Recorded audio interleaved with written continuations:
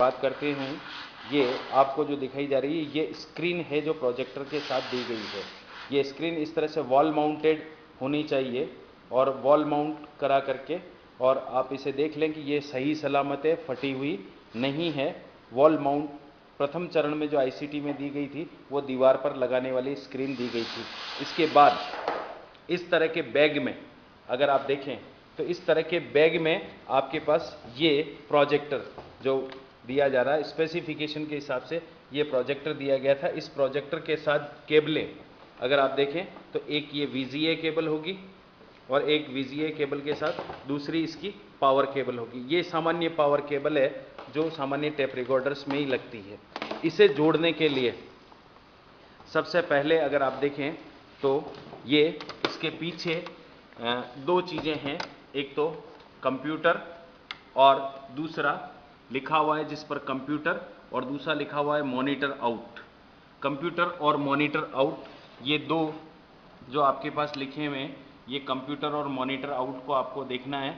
और सबसे पहले इन कंप्यूटर से आपको सीधे सीधे स्क्रीन को जोड़ना है, आपकी CPU की स्क्रीन को जोड़ना है, और उसके बाद मॉनिटर आउट से आपको सीधे सीधे CPU से जोड़ करके इसे देना है। तो सबसे पहले हम कंप्यूटर आउट केबल को जोड़ेंगे, जो कंप्यूटर में जाएगी कि या कंप्यूटर से आएगी, उस केबल को यहाँ जोड़ने का प्रयास करते हैं।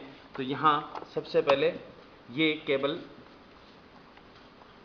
हम यहाँ पर जोड़ रहे हैं, कंप्यूटर की केबल। इस केबल को लगा करके इसके साथ जो स्क्रू लगे हुए हैं उन स्क्रू को आप इस तरह से दोनों स्क्रूज को लगाएंगे। ये एक केबल है जिसकी पिंस लगा करके, ये देखिए जैसे ये केबल यहाँ पर फिट हो गई। इस केबल को फिट करने के बाद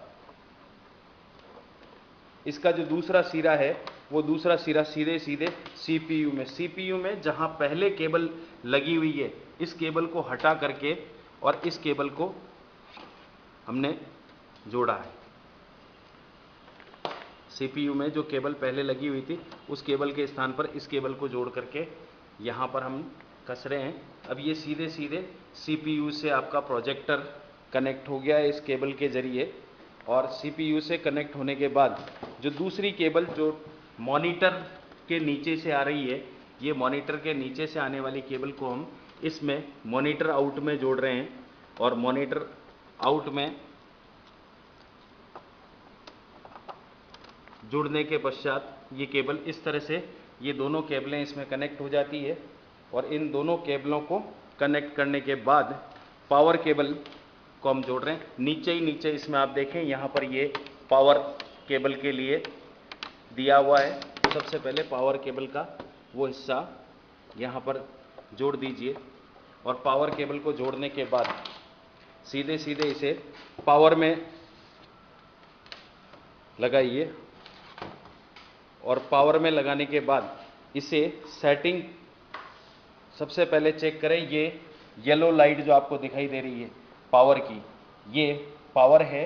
और इस पावर के बाद अगर आप देखें तो इसके नीचे की ओर यहाँ पर कुछ इसके सेटिंग बटन्स दिए हुए हैं। इन सेटिंग बटन्स के ज़रिए हम इसे सेट कर सकते हैं। जैसे इसे ऊपर करने के लिए मैं अभी इस बटन को खोल रहा हूँ। ये बटन जैसे जैसे नीचे की ओर खुलता जाएगा, ये स्क्रू ये ऊपर होता चला जाएगा और ये इस तरह से माउंट करके आ जाएगा। ये स्क्रीन की पोजीशन के अनुसार माउंट किया जा सकता है। यहाँ पर ये सीधे सीधे इसका लेंस आपको दिखाई दे रहा है, ये लेंस है। और जैसे ही आप पावर को ऑन करेंगे इस तरह की ग्रीन लाइट ब्लिंक होती हुई दिखाई देगी। और ये ग्रीन लाइट ब्लिंक होने का अर्थ ये कि आपका प्रोजेक्टर शुरू हो रहा है।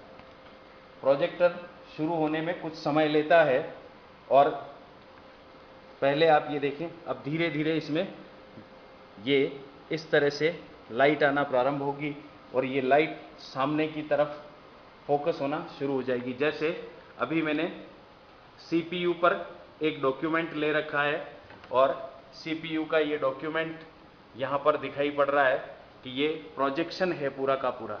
आप देखें कि इस प्रोजेक्टर का ये प्रोजेक्शन है दो, और ये प्रोजेक्शन आना चाहिए। अगर आप देखें तो ये जो ऊपर का बटन है यहाँ पर, इस ऊपर के बटन से आप इसे सेट करेंगे तो ये इस तरह से इसकी तीव्रता को सेट किया जा सकता है।